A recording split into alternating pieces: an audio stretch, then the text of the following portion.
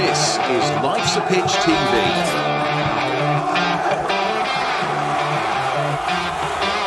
Main sponsor, DPS Tech. Also supported by Lakens, all about hearing. GDS Builders, Seckford Golf Club, Ashford Wright, John Keeble Cars, Venue 60, The Hudson Group, Sound 4 Pro Audio, Come Hither Design, and Suffolk Sound. Our charities this year: Cancer Support Suffolk, Forget Me Not Golf, and Come Back to Coffee.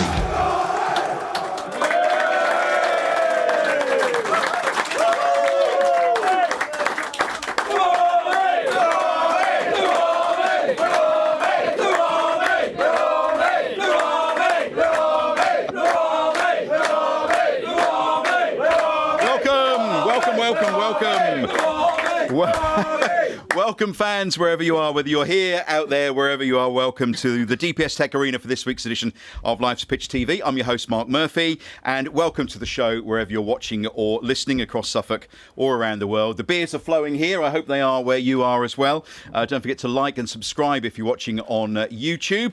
That does help us with the channel no end, and it does help fund the free beer that people have when they come. Let me introduce to the team. Terry Butcher's here! Russell Osman's there! And also in the Sound 4 Pro Audio production suite, we have on technicals Richard Garrett and John Parker. And Leslie Dolphin is our floor manager. And poor Sarah Jane is not very well this week, so she'll be watching. Oh, she's more poorly than that. Bless her. Get well soon. You can hear our capacity crowd still in fine voice after Preston. We've got the Churchman stand sponsored by John Keeble Cars. And the North stand sponsored by Ashford Wright. Great to have you along. We have got a packed programme. We're also on podcast, so wherever you get your favourite podcast from, you can find us, and on Suffolk Sound on Saturday lunchtime at midday as well. If you want to apply for tickets, go to www.lifesapitch.tv, click on Capacity Crowd, and we can sort some tickets out for the show. Now, we need a special guest, and they don't come much more special than this one tonight. We love him. It is former town striker, Jason Dozzell!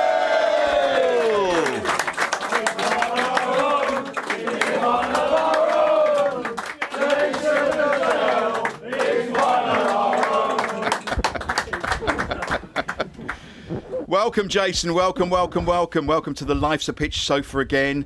I think this must be, what, your third or fourth time? Third time. Is that a record? Yeah, I think it probably is, actually, yes. Hat trick. Yeah.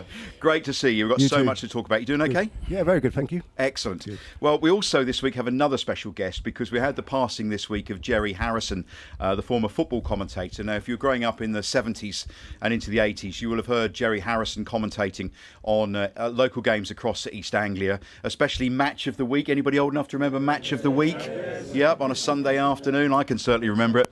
Well, we've got this evening one of his long-term colleagues, Stuart Gerald, everybody.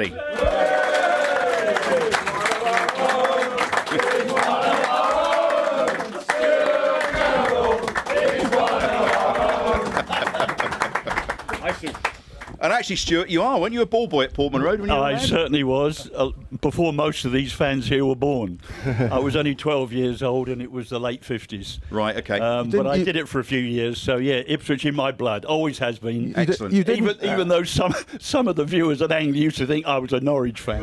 No, you don't admit to that, do you? No, I don't. No, did you end up in the bin in the boot room as you were a ball boy? Because our technical guy in there, Richard, we used to put him in that bin every game. It was, I don't think it affected his mentality, but there we are. Hardly. Don't know how he got out. You never ended up in the... No, I didn't. No. So what age did you start going? I started, my dad took me when I was about in the mid-50s, when I was 10. And he used to bring a wooden beer crate so I could stand on it and see in the North Stand. And in those days, Ray Crawford and Reg Pickett used to live around the corner from my dad's pub. And they used to drink in his pub. And they knew of my interest in football, and I played Saturday morning football with the Boy Scouts, Sunday morning in one of the local leagues.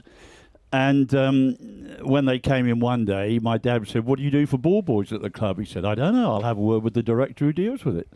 and he put my name forward, and I went to see Mr. Knights, who was a director in those days, and he said, come in, and 12 years old I was. I'd get on my bike from Bourne End, where we used to play the Boy Scout matches, and bike to Portman Road, and so 1 week it was first team, next week it was reserves. And one story I can tell you about those days is that we had to stand with our arms folded behind the goal. Now the ball people sit down. Ball team, I think they're called now, aren't they? Yeah. You don't know what gender they are, but you just don't call them ball boys anymore. And Ted Phillips was reputed to have the hardest shot in soccer. And at one game, Ted Phillips let fly from the 18-yard line, and the ball whizzed towards me, and I stupidly put my hands up to try and stop it. Not only did it go through my hands, it almost took me into the north stand. and I did utter an expletive, you can guess. And the whole crowd erupted. But after that, I never tried to stop Ted Phillips shots. Very wise move. And Jason, of course, you have something in common then with Stuart. I mean, you grew up in the shadow of Portman Road. So what age did you first go to your game? I was about 6 or 7, I reckon. Yeah. So the location I lived was 400 yards. And then the park behind the north stand was my football experience. Yeah, and the ground was right there. So I got to find out that the gates open at half time, and then sneaked in. Sneak in, yeah. And then, but the first I may have game done that myself as well, actually. So I was pretty much mesmerised from there, really. So yeah, the rest is history.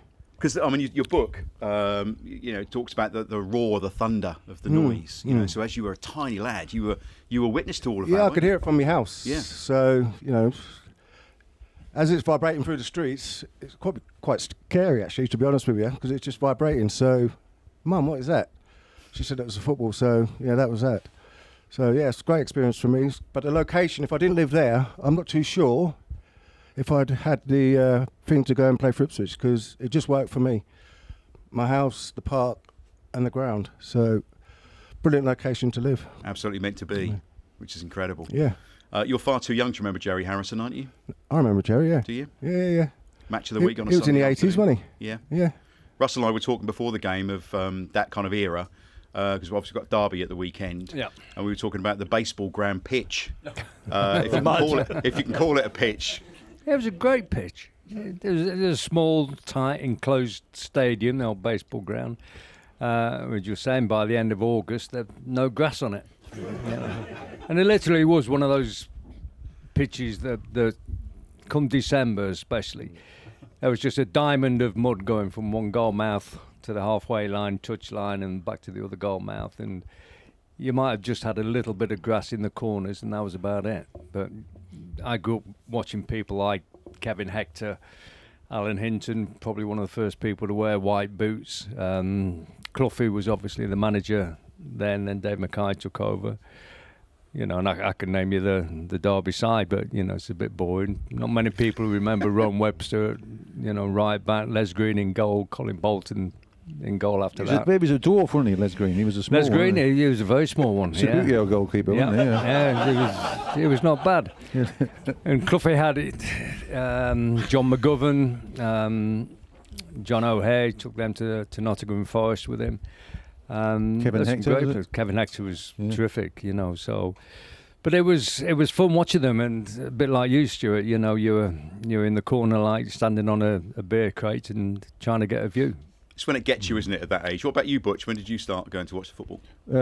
Portman Road, Churchman stand, not the North stand, Churchman stand. Surely you didn't need a milk crate, did you, to stand on? Well, I really? wasn't that big when I was about 7 or 8. No, hang on a minute, no. So, I used to go and stand there, but you get passed down sometimes if you got there a bit late, wouldn't you? You had to get there early and get your crate in the right position. So I was right by the goal. You're not allowed to do that these days. Not allowed to do that. But I was on the left-hand side as you're looking out for the goals. I was on the left-hand side slightly.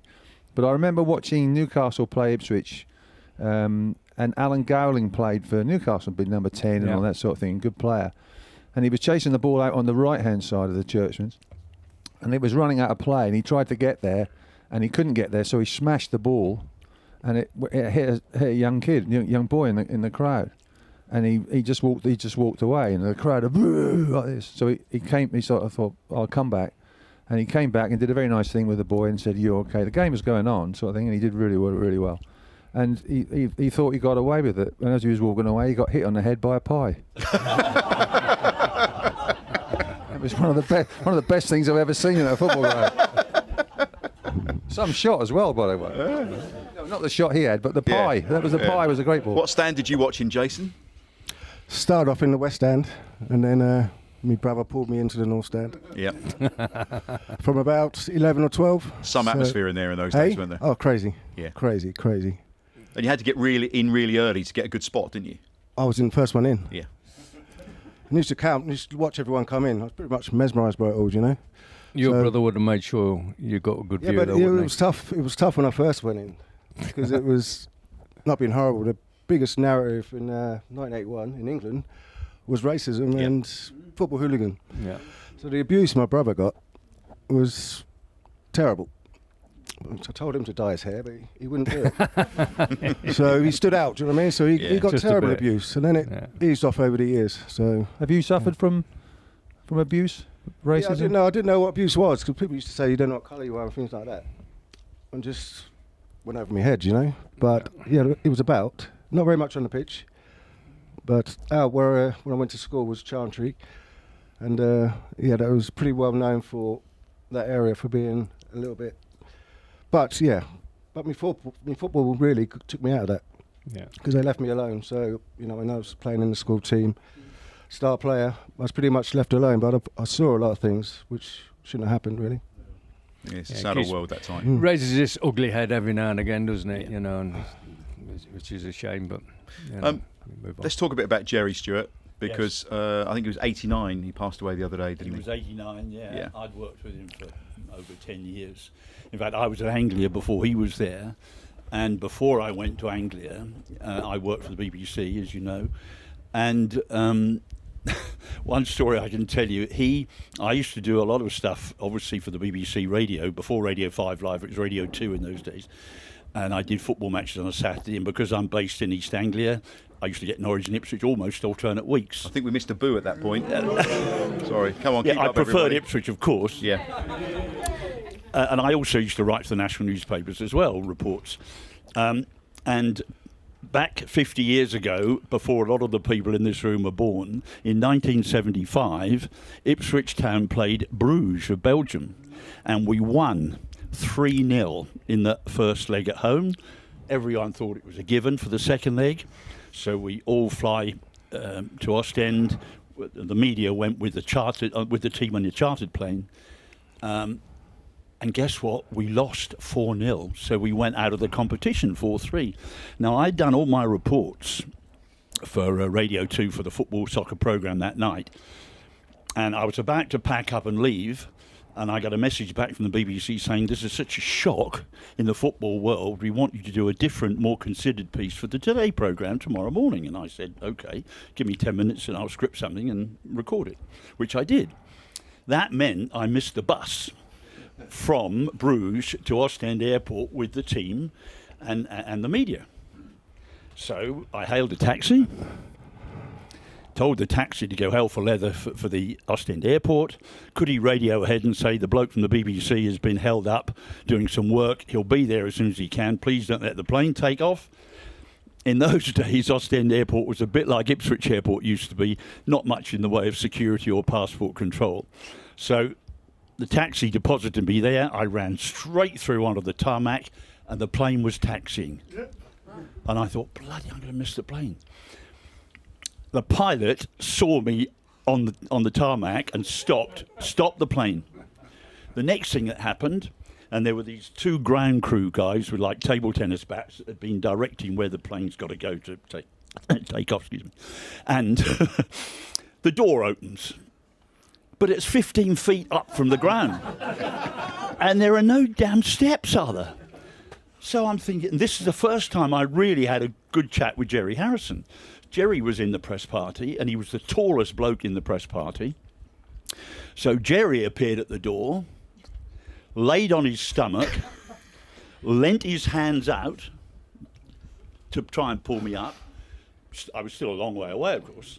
one of the other reporters, Neil Manning from the East Anglian Evening Star, hung onto Jerry's leg so he wouldn't fall out.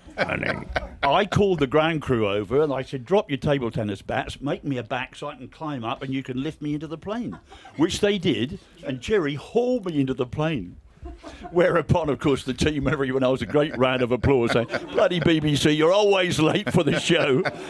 So that was one of my first introductions to Jerry Harrison, long before we ever worked together in the 80s. And of course, he was the soundtrack to Sunday afternoons. Jason, did you watch Match of the Week? All the time, yeah. Yeah. One game which comes to my mind was 6-0 against Man United. Yeah. I think that was the one. I think that deserves more than a yeah. Yeah. Come on. Yeah, so I was pretty much hooked every week with that programme, yeah. So much that I seem to remember as a child was black and white. Black and white. Yeah, in the 70s. I don't think we had a colour TV till I was about 27, I don't think. All right. One of the commentary lines I always remember from one, I think it might have been Jerry's first game, or certainly one of his early games, because he'd done radio before. He'd worked for the BBC in Radio Merseyside, and it was a 0-0 draw. And his final line of commentary was, at least I didn't get any of the goal scorers wrong. I saw a story in the paper, East Anglian, I think, and it said that he was on a trip to Mexico. ITV had booked him into the hotel. I know the story, yeah. And I put him down as G. Harrison. Now, this was about 60s, 70s. No, this was the 1970 Mexico World Cup. World Cup. And he was booked in by he did it for the network, and he was booked in under G. Harrison. So he got there, and there were all these people, these young kids, they were Beatles fans. They thought it was George Harrison. And he went to his room and the phone kept ringing. And he said, no, I'm Jerry Harrison. No, you must be George Harrison. You're in G. So they all thought he was a Beatle. Anyway, Stuart, thanks for taking my story. But there we are. Well, he's told me so many times. You're welcome. There we go. I'm here to talk about Jerry, aren't I? Terry, do you remember times of talking to Jerry and Stuart and those? Because the press is so very controlled today. Oh, yeah. You're told who you can talk to, what you can say, pretty much. It's all very, very controlled. I think it was very different in Stuart and Jerry's day. Yeah, in our day, we went into the press people's rooms for drinks when we landed at the destination when we had an away trip. So we were going in there all the time. We used to see us regularly now because it was just the done thing. We'd fly out on a Tuesday, have a few whiskies and things like that. Just couldn't sleep overnight because we were worried about the game, of course. And we used to do all that. And Jerry had a media company as well in London, and he was doing media training. He had me down there for several lessons, but they never worked, so I didn't go down anymore, as you can tell. Yeah, in the European days, we used to go out drinking with the players quite a lot. And I can remember one story. Buying a drink. I think it might have been Las Palmas. I can't remember if it was Las Palmas in the Canaries. Yeah. And the Beat and Hunter were out with us drinking. And one or two of the boys, some of us stayed quite late, and one or two of the boys went back to the hotel, having left us in a bar. And within about 10 or 20 minutes, they rushed back into the bar. And they said to Beat and Hunter, you better not go back yet. Ferguson's on the prowl. He's in reception. He's been to their room to find out where they are and knocked, and there wasn't any reply. So we had to go around the back of the hotel. We had to smuggle Hunter and the Beat in through a door or a window at the back. And the next morning they said, well, he must have been dead asleep, boss, These were your role models, Jason, weren't they? No. What did I walk into? Jesus. No, we used to hide behind the doors. The doors were good. Just stand at the door with the beers and the whiskies and things like this. And the door would open and knock on the door, and you'd let Fergie in and Bobby sometimes, and we'd be right behind the door like this. And then they said, no, we haven't seen him. We haven't seen him. No, I haven't seen him, Gaffer. No, I don't want it. So I'll boom, shut the door. Be like, thanks. Thank God for that. Brilliant. What was the press like for you, Jason? What were the dealings? Was it all orchestrated like it is now or not in your time? No, nothing like it is now, no. Dave Allard used to come around my house a lot. Obviously Elvin King. Pretty tame to what it is now. Yeah. So, yeah. That brings me to another point about Jerry, because he was such a consummate professional. He knew his stuff like nobody, And nowadays, of course, all journalists with social media, with Wikipedia, you can find out anything about anybody by going online. That didn't happen 50 years ago. So all the research that we had to do, and of course in those days everybody's name was Easy Smith, Jones, Osman, Butcher. Now they're all foreign players, and you've got to go online to find out what their background is, how many goals they've scored, how many appearances, how many clubs they've had. Jerry had none of that. And because Jerry had this great relationship with football managers and coaches and physios and players around the region, not just Ipswich, but all the clubs that he dealt with, he could just ring them up and he would get the lowdown on. And so he did all his diligent research, which made him into the great commentator that he was. And it's not an easy job. It's not an easy job at all, as you know, and as I know, because I've done it as well. I tried it once and I was appalling. And you just have to have every bit of information at your fingertips. But in those days, 50 years ago, it was hard work getting that research done, but he did it. And a lot of people may not realise they know him as the face and the voice of East Anglian football, but he was a very bright bloke. He went to Oxford University. He was a good footballer. He played in 2 varsity matches at Wembley for Oxford against Cambridge, 2 years running. And he played non-league football for Corinthian Casuals, a good standard of sort of semi-pro football. He played for Altrincham in the Cheshire League. He'd been a newspaper reporter for the Daily Express. He'd been a war correspondent. He'd covered wars like Vietnam. He then went in the army. He was an officer in the parachute regiment. He told me once he'd done about 38 parachute drops. So this is all before his football career. And then he got a job when local radio started on BBC Radio Merseyside.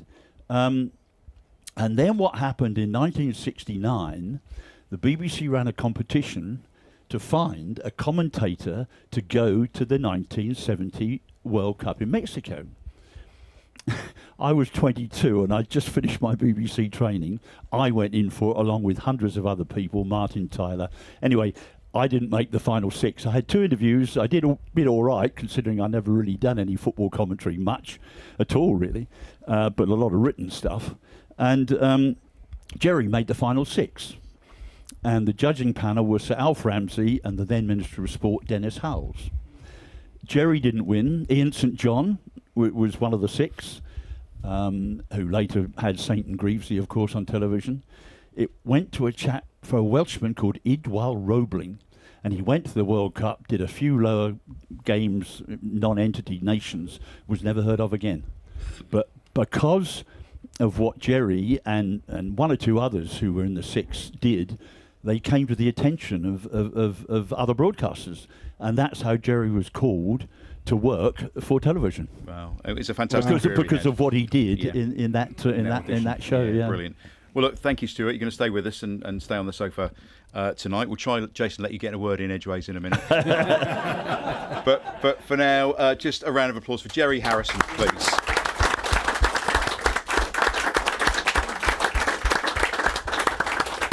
I think sometimes we forget just how important a really good commentator is, don't we? Don't you think that? Definitely. You know, there are some. You know, when you think of all sports, you know, there are some real legends, aren't there? John Motson was my favourite. Yeah, that bring it all together.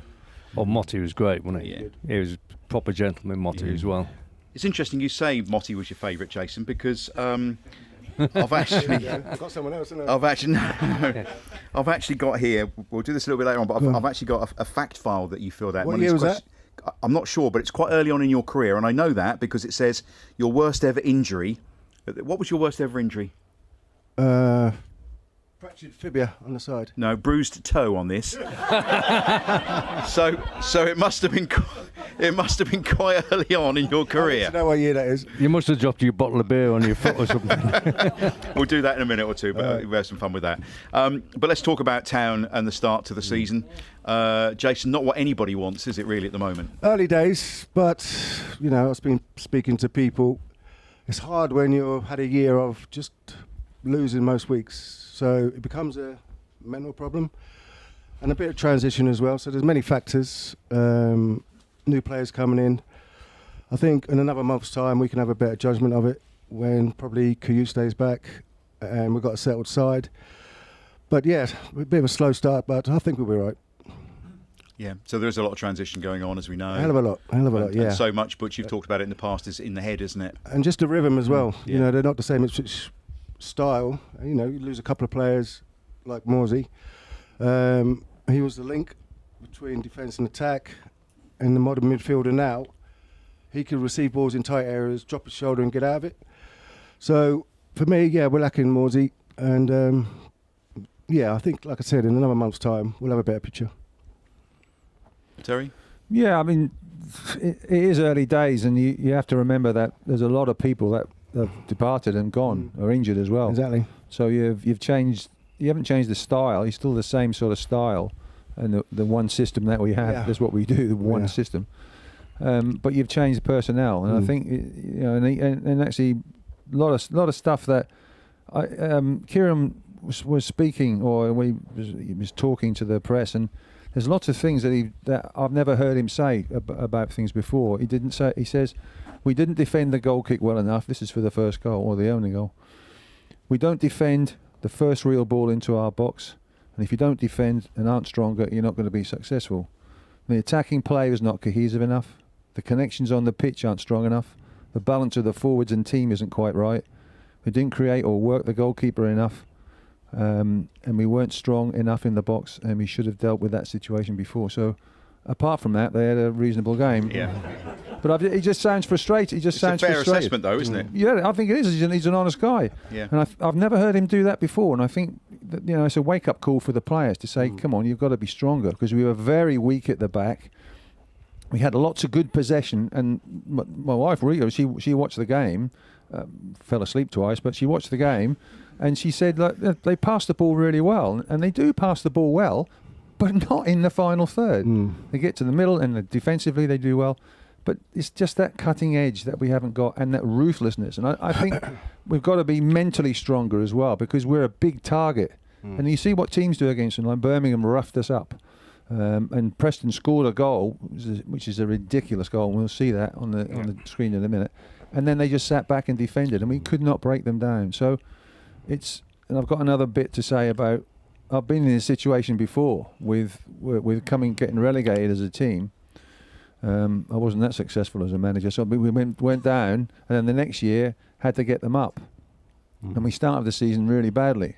This was Inverness Cally Thistle up in Scotland. We started really badly, and I thought I'm going to get the sack here. But then we tweaked a few things, got one or two good players in, and all of a sudden we took off around about the Christmas time. And I think we were something like, the last 9 matches, we got 45 points out of a possible 51. We just absolutely stormed it. And I think that scenario looks very familiar to me, and because I've been through it, and I think this is what they're going through. And it's not how you start the season, it's how you finish. And I think that's the thing that we all got to remember. Yeah. We could easily steam into them. I think Russell's going to do that, but we can easily steam into them and say they're not this, they're not that, not this. Yeah, but they're not at the moment. Yeah. I think this is worse situation in terms of personnel and getting them together than it was in League One when we were trying to get out of that. What about the centre forward situation? Does he need competition, Hurst? If he gets injured? You mean the one centre forward that we have? That's what I'm saying. Yeah. I think Mark was talking to me earlier. He says he's got to pull a rabbit out of the hat. And I said he's got to pull a whole bloody warren of rabbits. He's got to get loads. You get loads of them. Seems to be signing a lot of wide players at the minute. Yeah, and young people. So where does Akpom play then? Akpom. He's a number 10. In respect, he's number 10 came or a striker. That's where he came on. He played Hurst and Akpom, but Akpom was more withdrawn. Yeah, as a 10. So we haven't got a 10. Is that where he played for Middlesbrough?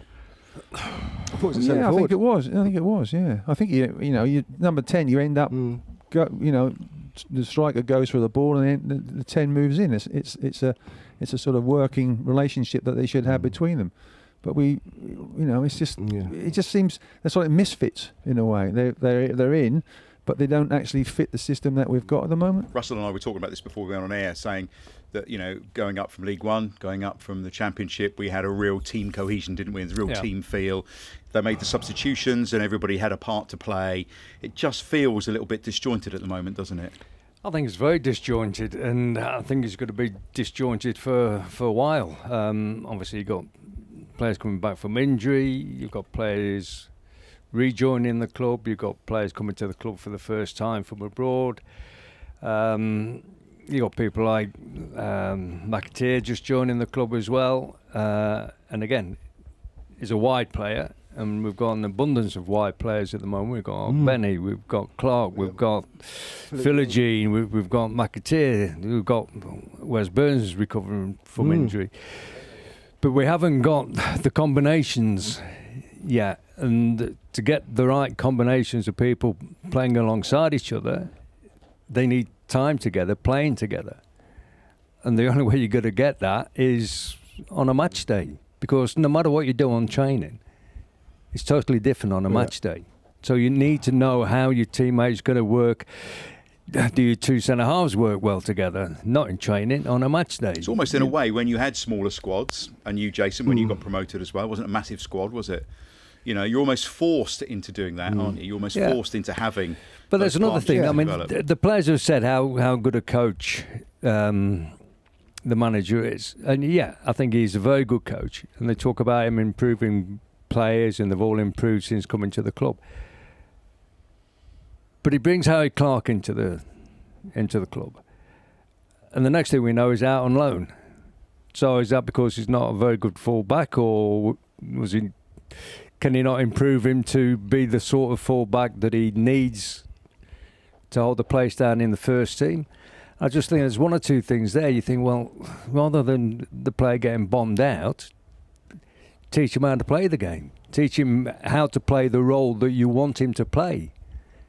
You know, and if he won't do it and he won't do what he's told, then all right, you know, kick Jason? him out. I think you can be a victim of your own success, really. If we stayed in the Championship and didn't go up, we'll probably still have the same team. So you go up, you know, you struggle a little bit, come back down, people want to leave, and things like that, trying to get new players. So it's a tough one. But like I said, it would have loved to see that team stay together and evolve even more. But football doesn't dictate that. No. People do. So, you know, players are leaving for lesser clubs, I would say. What's his name? He went to Wrexham. What's his name? Broadhead. Yeah. But that's where we're at the moment. But he never played last year, did he? Never really got a run last year. I really like him. Yeah, I thought he was I really like him. Yeah, he's about the only one that's really fitted the left-hand And side. he done of the okay in the attack. Prem when he did have a chance. Yeah. He did do very well. So I was surprised at him leaving for Wrexham. Yeah. And that's where we're at the minute. Morsey, I just said, I was surprised he didn't get another year. Right, but okay then. What do you think your back four? What is the back four that you would play? Take your time. The right back is a problem for me. Johnson. No, but go on. Who would you play? Probably get Wolf in there. Give him a chance at some point. Right back. Not right back. Not right back. No, right back. Who's the right back? Johnson's the only one, isn't he? Well, you've got Young, Ashley Young. You got 40-year-old Young. Yeah. He's not No. young, is he? Young? No, he's not.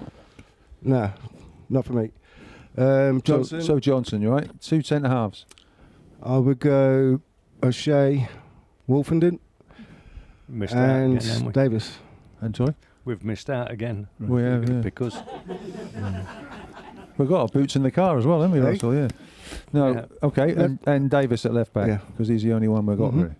Okay, two midfield. Oh, Russell, what back four would you go? mate, well, he's not fit now, Townsend, is he? No. So that You would put have him ahead of played. Davis. Yeah. If I was playing a back four and I needed people there that can defend, which we need desperately at the Yeah, moment. like you said earlier, is it coaching or is he being told to just bomb down that left-hand side? Well, if he'd been told to bomb down that left-hand side, then we keep making mistakes when we lose possession of the ball in that Yeah. left half, left full-back area. He's either not getting back or they aren't catering for him being That's halfway right, down yeah, the pitch. You know, Greaves lose the ball Yeah. against Southampton in the attacking half. Yeah, you know, fair play. But then Davis dives in on the halfway line. Yeah. You know, but that's the halfway line. We've had two mistakes. We're still 50 yards from goal. Yet the fella heads it in 3 yards out. Mark, does it beg the question, and these guys might know better than me, we had 2 consistently good defenders in the Premier League last year. One of them an Australian international, played for Australia against England at Wembley, played consistently well, Burgess.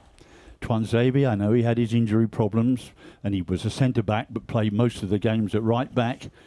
They both were allowed to leave. Now, Burgess isn't that old, late 20s. No, I was very surprised at that one, yeah. I understand, offered a 1-year contract. Swansea offered him 3 years, so he went. Why didn't we work hard to keep Burgess? Why did we let Tuanzebe go, and then we wouldn't have this problem you're talking about in defence now? Yeah, Burgess, for me, deserved to stay. I think he done enough to warrant a longer contract than a year. Well, you would have thought. I would go O'Shea, and I would go Kipre.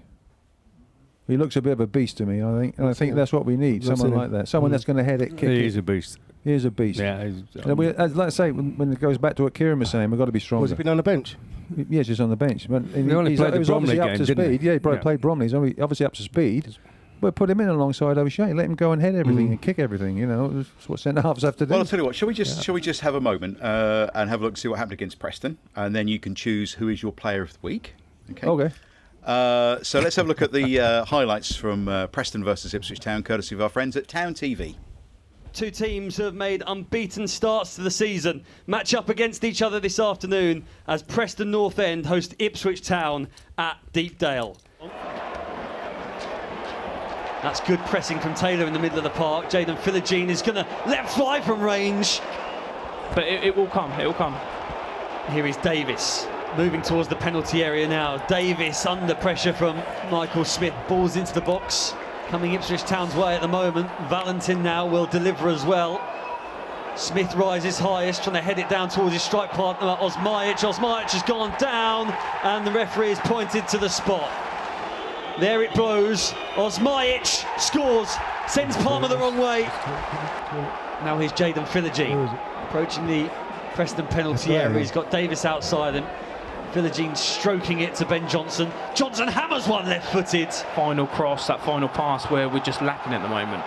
Schmoddick's out to Clark. Clark delivering in, and it was beyond Jordan's story. Hurst coming in. And I think it just caught him off guard. He expected maybe Story to deal with it. It bounced awkwardly for Hurst as well. Settle in very nicely if he can pop up with a goal or two here this afternoon off the bench. Here's Jack Taylor into the penalty area, delivering left-footed. Defended by Valentin. Taylor again crossing. Preston holding firm, and then Johnson flashing at one from just inside the D.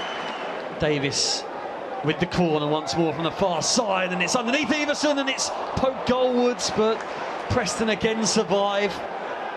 Ipswich just starting to put more and more pressure on Daniel Everson's goal. Schmoddick's 35 yards out, lines one up, and it's high and wide and wild from Sam Schmoddick's. Like you say, Luke, for all the possession Ipswich have had, Daniel Everson hasn't been forced into action too much, but he might be here as Schmoddick's was almost in, and it drops from McAteer inside the box, and he blazes it over. That's where you just need a little bit more composure. Small into the penalty area. Young raises a right arm, does deliver in towards Greaves at the back post. Greaves heading it back across goal. Taylor and Chapman getting in each other's way on the edge of the Preston penalty area. Chapman hooking it forward. Preston clear away once more. Taylor brings it down, goes for goal, and the shot is straight at Daniel Everson from Jack Taylor. We've played the 7 minutes that have been added. The final whistle has been blown, and Preston North End have beaten Ipswich Town at Deepdale. Well, thanks to our friends at Town TV for supplying us with the highlights again this week. Butch, who player of the match for you? Was that last clip a shot on target? Because I haven't seen many of them this season. Well, not many. Shot on target, yeah. Quite possibly, right. Yes. All right, wow. That's one of our 4. Anybody stand out games. for you? No. Okay. I think the one for me would be Alex Palmer, because he didn't do anything wrong. The others did. Okay. He didn't have a shot to save much, did he? No. So he's absolutely perfect. So he wins it for me. Okay. Russ? Jack Taylor. 1 shot on target. Okay. Jason, did you see the match? Going by that. Well, no. Did you see the I whole didn't match? see the whole match. But going by that, Jack Taylor, he had 2 touches. Okay. There you go then.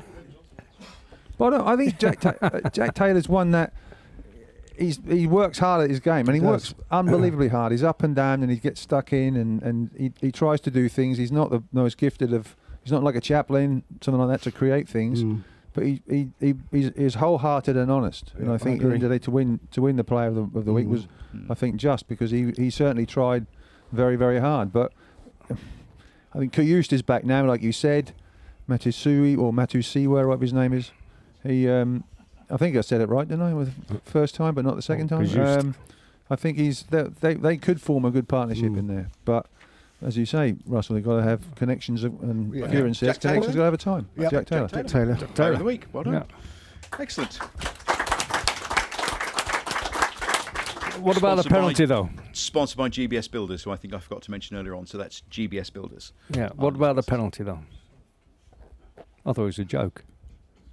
I thought it was a bad decision.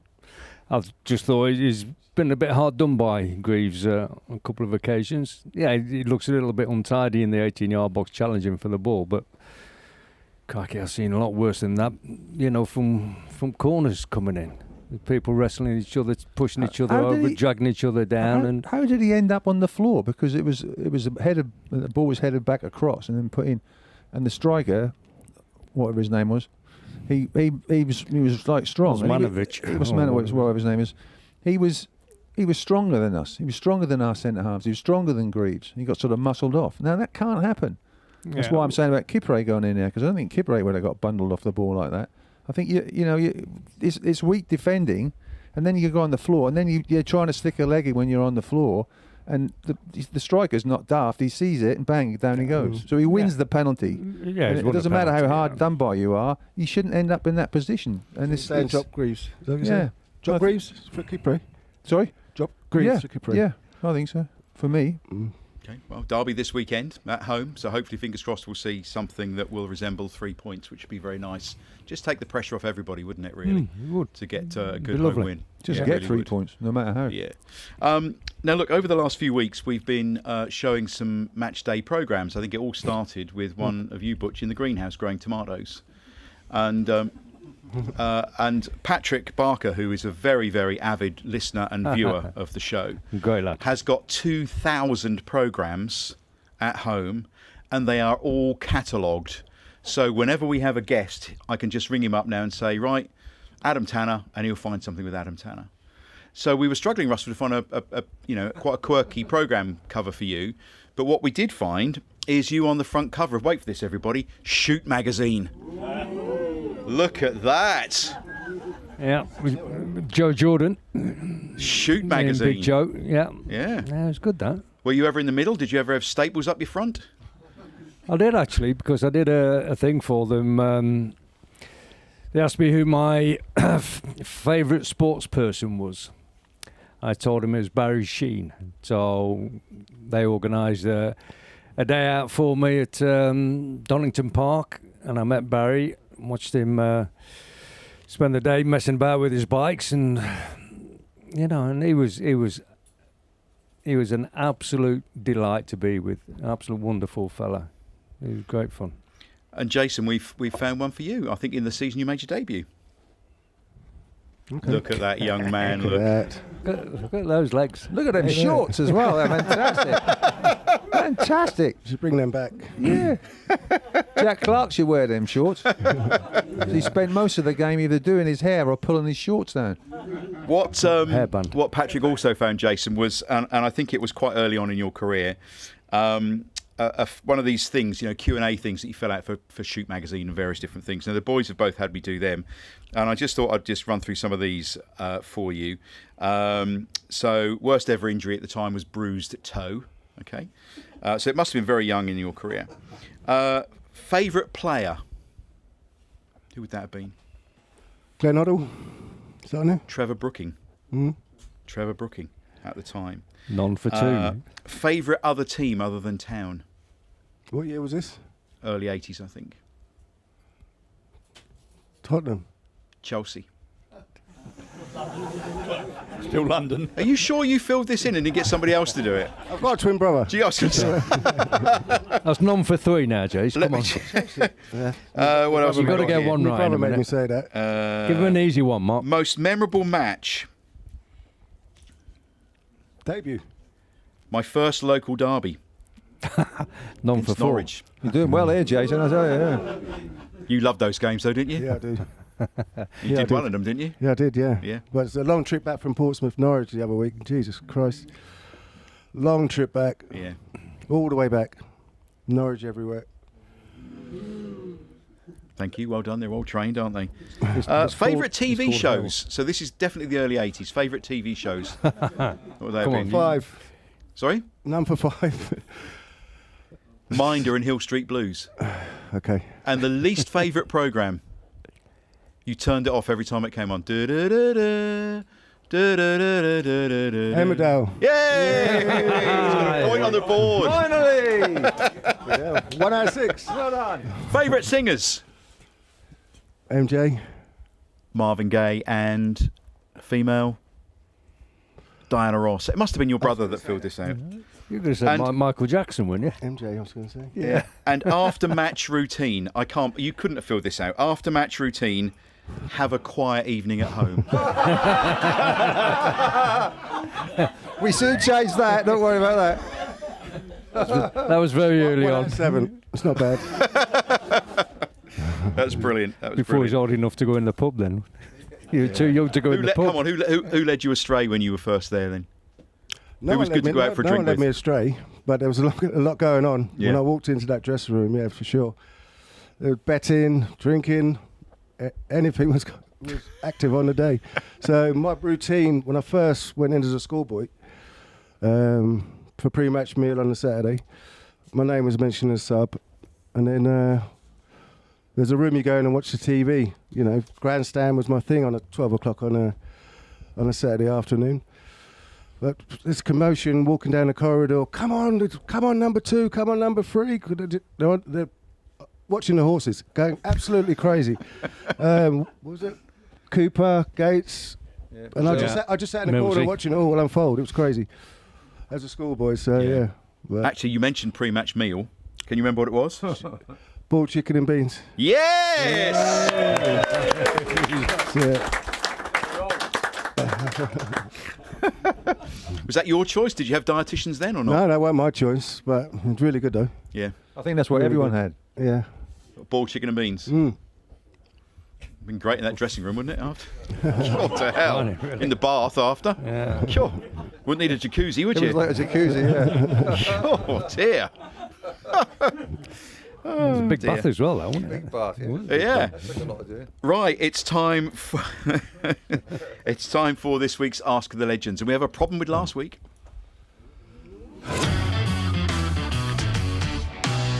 Tony's here from Seckford Golf Club with the question for this week, but we have VAR. So last week it ended up as 2-2, didn't it, if you remember? Yeah. And one of the questions was, which team did Marcus Stewart score a hat-trick against? And the answer was... It was the other way round. Other way round, wasn't He it? scored a hat-trick Who scored a against Man hat-trick United. against? Yeah. Man United. Man United, Southampton, blah, blah, blah, blah, blah. And we thought it wasn't Manchester United at all, was it? No. No, it was Southampton. Southampton. So we've gone to VAR, Terry. Hang on a minute. Who scored a hat trick against? Marcus Stewart scored a hat-trick, yes. Yes. No, who scored the hat trick against Manchester United? No. Yes. Yes. That was the he asked question. who scored the hat trick, gave 3 options. Yes, but it was Yeah. Manchester. It was Southampton, not Manchester United. Yeah. That he got the hat-trick. Yeah, but But you still got all Marcus right. Stewart. All right. So you're saying that the So what I'm saying is, Terry, that you've won the VAR decision. no, you completely lost me here. I'll tell you now. Simon put the wrong team down. Simon put the wrong team down. So, Simon J, I have a yellow card for you. Okay, Terry, you keep your point. Okay? All right. So what's the score now? 2-2. Still 2-2. Well, that just wasted 5 minutes of our time. Come on, I'll tell you what. Hang on a minute. Get Richard onto it. Gotcha. Oh, you can stick that. I can tell you. Get Richard onto it, by the way, and just edit that bit. Okay, we'll edit that bit out. Anyway, still 2-2. Okay, So this week's question, Jason, you can help the boys. Stuart, you can help the boys if you wish. Yeah, all the best. With this. So, Tony, over to you. Okay. So who's the first to choose today? Terry. TB. Is it me? Yeah, because I went away last week, didn't I? Yeah, you went away Yeah, first. very true. You've both Ten gone to away each time you've been asked, haven't you? Yeah. I'll go away as well. Good one. Okay. So the away question first. So the away question today is about golf. Who is this year's European team captain of the Ryder Cup?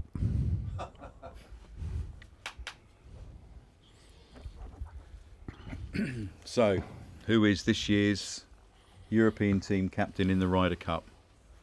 It's a blonde boy, isn't it? You'd know that, Russell, wouldn't you? Golf's your bag. Stuart, can you help him at I all can with this? tell you what the American No, one is. no. No. It's not McIlroy, is it? I don't know. No, it's not McIlroy. No. Jason might know. I know. Yeah. America have got a non-playing. So you can help him if you want, or just not let him No, he know. might be playing. Help who? I will go. He might pick himself to play. Butch, want some help? Yes, please. Am I allowed to say it? Yeah. Luke Donald, isn't it?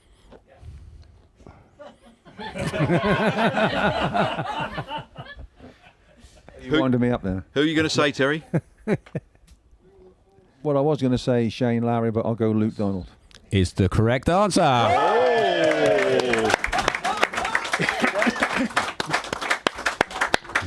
Thanks, Jason. You're welcome. Very good. 4-2. Russell to pull one back. Okay, the home question. You all know Kevin Beattie very well. How many caps did Kevin Beattie get for England? Was it 7, 9 or 11? 9. You just- Is that my question? No, it's not your question, Stuart. But I think Whoever's question is, that's the answer. I think Russell. Right. Russell, what are you going to do for? I'll take Stuart's word on it. 9. Correct. Hey! Well done. Look, okay, Mark. We'll just rename this. Let's not ask the legends. Ask someone else. Ask anybody in the audience. Anyway, you're all free to join in. Brilliant. Well, it's 4-3, Terry, so you're question still now. in the lead. Well done, Russell, for pulling that one back. It's time now for our new game, Life's a Pitch and Putt, sponsored by Seckford Golf Club.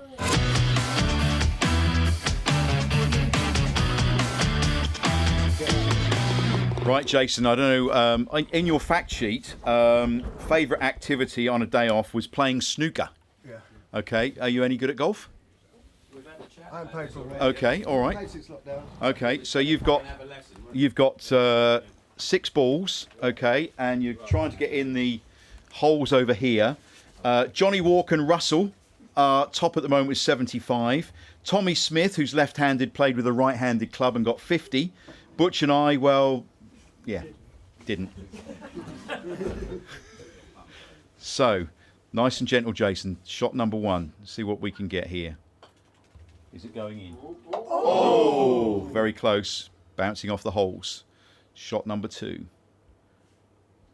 Some good putting here. Oh, very close.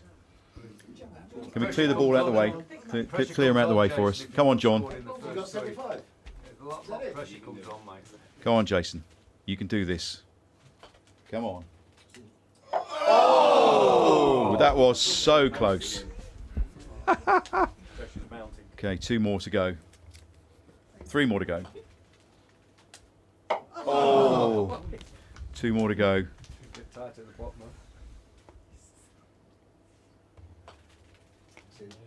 Oh, 1 more to go ahead of Murphy and Butcher. Potentially top of the leaderboard if you get 100. Oh, give him a round of applause.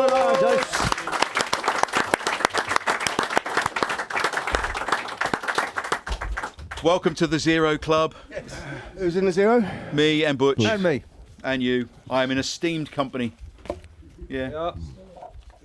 Is that ridge on the carpet? Obviously, that's not good for people that are listening to this, but there's a huge ridge there. It's not the smoothest of greens. No, you don't have to get the iron on it. I'll tell you. It's not the smoothest of greens. I'll tell you. Do we want Stuart Gerald to have a go? Come on, Stuart. Come on then. Let's get the balls out quickly because we're short on time. But we'll get Stuart. So rattle through them, Stuart. All I will say is I'm a left-hander. There's a club over there. There's a left-handed club. Okay. No excuses then. Yeah, left-handed club. Good Yep. try. Here we go. Yeah. Stuart with his first shot, Open your eyes, sir. Go on. with an attempt to get onto the leaderboard. Oh! You can tell from the crowd's reaction that didn't go in. Shot number 2.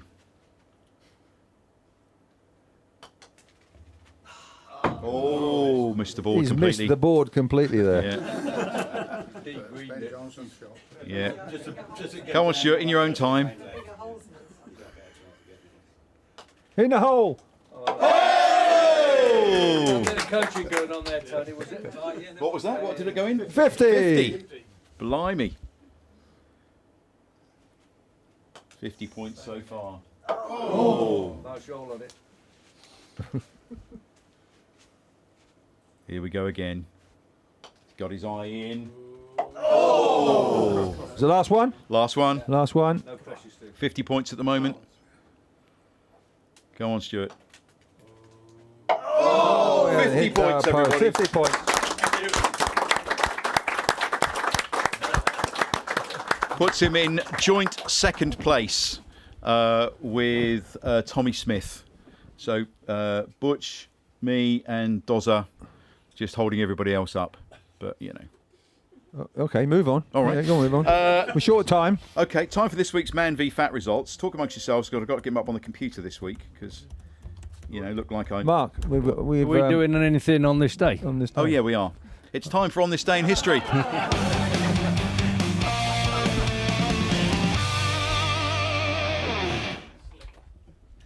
Right, on this day in history, It'll be fine. Man v Fat, what was it? Saturday the 27th of August 1938. Town's Football League baptism arrived with a 4-2 Portman Road victory over Southend United, who travelled to the game, believe it or not, by boat. That's a bit of a shock, isn't it? A crowd of 19,242 witnessed goals from Bryn Davis, Gilbert Allsop, and a brace from Fred Jones. Their names not to mess around with. Also, Saturday the 27th of August 1977, Ipswich's day turned sour despite claiming a point at Old Trafford in a 0-0 Division 1 clash. A thief broke into the visitors' dressing room and stole Roger Osborne's false teeth. Saturday the 28th of August 1982, Bobby Ferguson, replacing town legend Bobby Robson, celebrated his first game as manager with a 1-1 draw away at Brighton and Hove Albion, and that was in the First Division. I remember that game. I remember that game too. Red hot, wasn't it? Who nicked his teeth? Roger's teeth. That's more to the point. Probably one of the lads. Did you ever get them back? I don't think he did. That's the question when he comes next on the show. Yeah. I'm trying to do it. Yeah. Where's he gone, by the way? Jason's just nipped to the loo. Part-timer.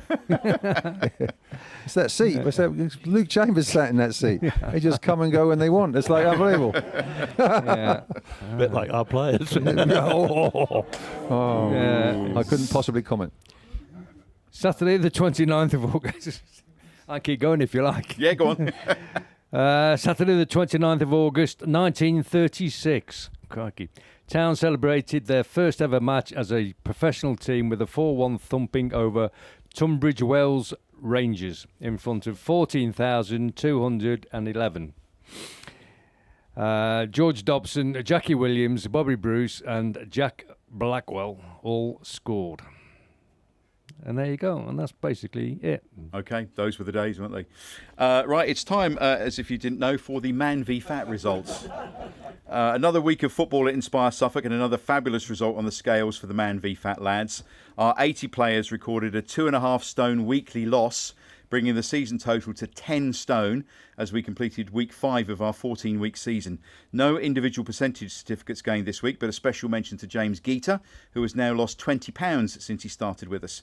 This week's results are Juventus 10, Flaberdine 10. I should get you to do this, Stuart Gerald, shouldn't I? Used to do these kind of things. Juventus 10, Flaberdine 10.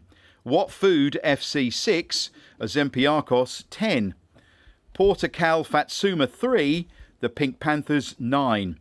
RB Liposuction 6, Ipswich Town 7. Yay! Leighton Oreos 13. Unfortunately, it doesn't tell me if the Blubber Blues scored or not. I think Mark's forgotten to put it on. There is that, I don't know if it's a true story, that they used to do the results for the Blind Darts League on Radio Orwell back in the day, and it was called, it wasn't people who were visually impaired playing darts, it was called the Blind Darts League, and they just used to read them out, and then the person who was reading them out got to the end like that, and there was no opponent. So somewhere along this long list of darts results, they'd actually missed somebody out, so the whole lot was completely... That's a rubbish story, wasn't it? Anyway, good luck to Town on Saturday. Just trying to cover my bases. I always remember James Alexander Gordon, who used to read the results on Sports Report when I was waiting to do my report from wherever I was, and I was waiting for the day when the Scottish results came up, and I was just waiting for him to say, and he did one day, 4-4. 5-5. Yeah. And it actually happened one day. Classic. Absolutely classic. Jason, your thoughts against Derby? We could all do with 3 points, couldn't we, everybody? Yeah, I think so. I think this coming Saturday is going to be our first win. So, yeah, it's not going to be like this forever. I think it's just a little bedding in period, especially what happened last year mentally. So, yeah, I think it'll be the first home win this Saturday. Good stuff. Russ? 3-0, home win. Oh, okay. Yeah, very positive. Okay, Butch? I'll go 2-0 home win. Stuart? My first visit to Portman Road this season, it's got to be a win. Okay. I don't care whether it's 1, 2, 3, as long as it's 3 points. Well, as I'm behind Beatty's bar, it has to be a 3-1 this week. Correct. Jason, it's been great to see you. You're Pleasure. welcome anytime, Pleasure. you know that. Pleasure. Thanks ever so much for coming on the show. Problem. Jason Dozzell, everybody. Thank you. Thank you.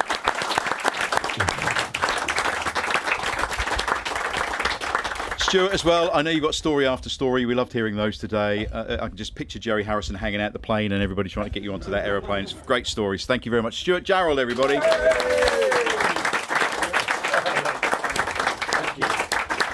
Terry and Russell, of course, the rest of the team. We'll be back next week for next week's edition of Life's Pitch TV, hopefully celebrating our first 3 points of the season. And our special guest next week is former town chairman David Sheepshanks on the show next week. So if you want to join us in the capacity crowd, head to the website www.lifespitch.tv, click on capacity crowd, and you can ask to come and be part of the crowd. Don't forget, if you're watching on YouTube, like and subscribe. It does help us get free beer for the audience, and tonight they needed it because we forgot to switch the air conditioning on early enough today. So have a great week, everybody, and I'll leave you with this. Blue Army! Blue Army! Blue Army!